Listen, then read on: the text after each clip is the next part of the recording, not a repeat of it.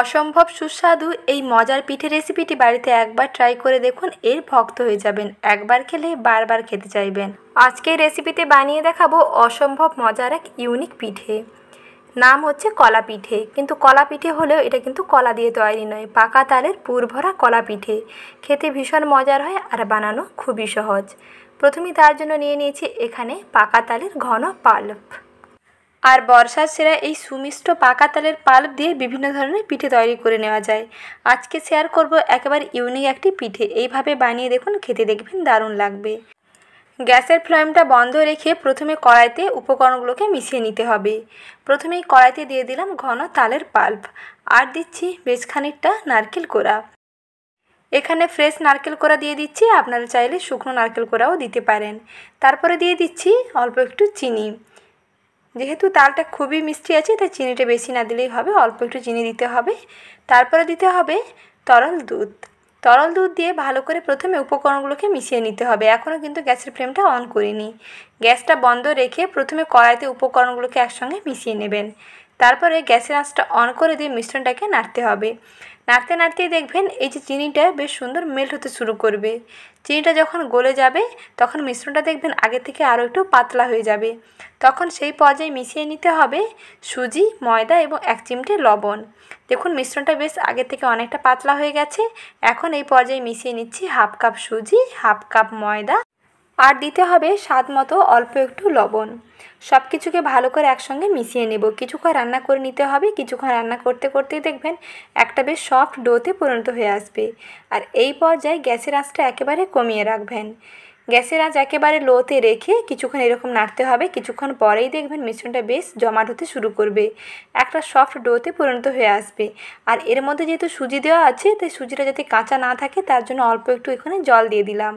একটুখানি জল দিয়ে আর একটু রান্না করে নেব। কম সময়ের মধ্যে দেখবেন বেশ সুন্দর এইরকম একটা সফট ডোতে পরিণত হয়ে যাবে।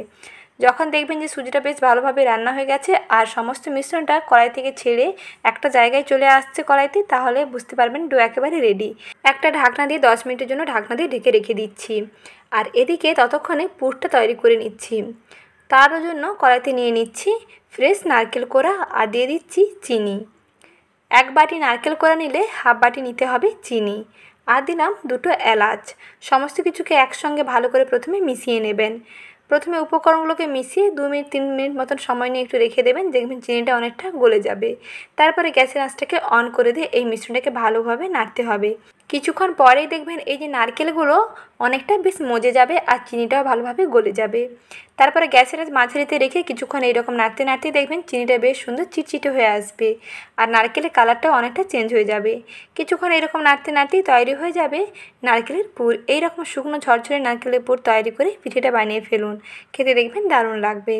তারপরে এদিকে 10 মিনিট হয়ে গেছে, ঢাকনাটা সরিয়ে নিলাম। ডোটা দেখুন বন্ধুরা কতটা সফট হয়েছে।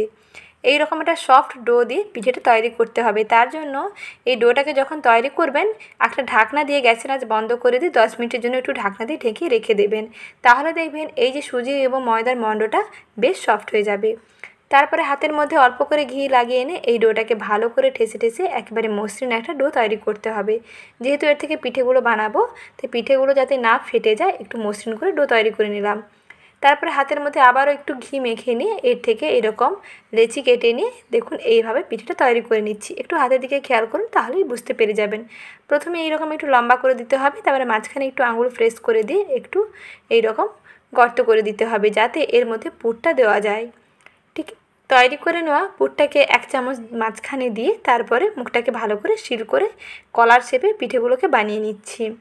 একই রকম পিঠে না খেয়ে এইরকম ইউনিক একটি পিঠে যদি আপনারা বাড়িতে একবার ট্রাই করে দেখেন তাহলে দেখবেন খুবই ভালো লাগবে।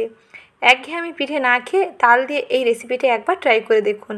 তালের পুর ভরা কলা পিঠে খেতে দেখবেন অসাধারণ লাগবে। প্রথমে দেখুন মুখটাকে ভালো করে সিল করে নিয়ে তারপরে 2টো তালুর মাঝখানে নিয়ে একটু চেপে চেপে এইরকম কলার শেপে দিয়ে দিতে হবে। আর মুখটার কাছে এইরকম একটু কলার মোটা যেমন থাকে তেমনি করে একটু মুখটা করে নিতে হবে। ঠিক যেমন কলার শেপ হয় তেমনি করে কলার শেপে একটু বাঁকিয়ে নিলাম। আর গাটা একটু দেখুন এইরকম বিট করে দিচ্ছি যাতে দেখতে ভালো লাগে। এইভাবেই তৈরি হয়ে যাবে দারুণ লোভনীয় কলা পিঠে।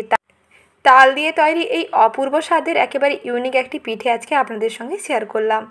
রেসিপিটি কেমন লাগলো বন্ধুরা অবশ্যই কমেন্ট সেকশনে জানাবেন, আর ভালো লেগে থাকলে ভিডিওটিতে একটি লাইক করে দেওয়ার অনুরোধ থাকলো। এই রকম নতুন নতুন ইউনিক রেসিপি চ্যানেলে শীঘ্রই আসবে, চোখ রাখুন দেখতে পেয়ে যাবেন। আগেও তাল দিয়ে বিভিন্ন ধরনের পিঠে রেসিপি শেয়ার করা আছে, চাইলে সেখান থেকেও দেখে নিতে পারেন, খুবই ভালো লাগবে। আর আজকের এই পিঠেটা তো একেবারে দুর্দান্ত স্বাদের হয়, একেবারে ইউনিক একটি পিঠে। তাল দিয়ে তৈরি পুরভরা কলা পিঠে। কলার ছড়া তৈরি করে নিয়েছি, এখন শুধু ভাপিয়ে নেব। গ্যাসের আঁচ মাঝারিতে রেখে কড়াইতে দিয়ে দিলাম 1 বাটি জল, তারপরে ঢাকনাটা দিয়ে একটু ঢেকে দিচ্ছি।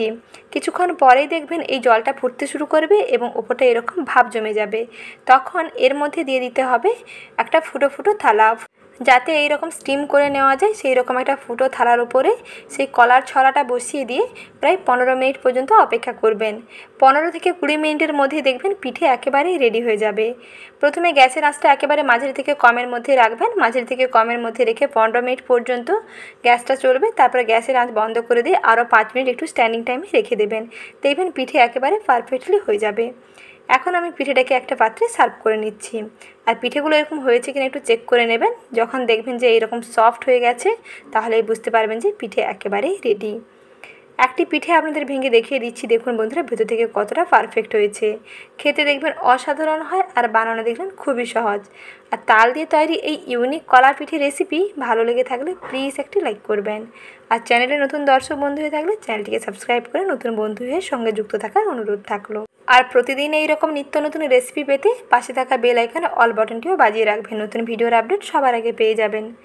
তাহলে আজ এই পর্যন্ত, এখানেই বিদায় নিচ্ছি। ভালো থাকবেন, সুস্থ থাকবেন, ধন্যবাদ।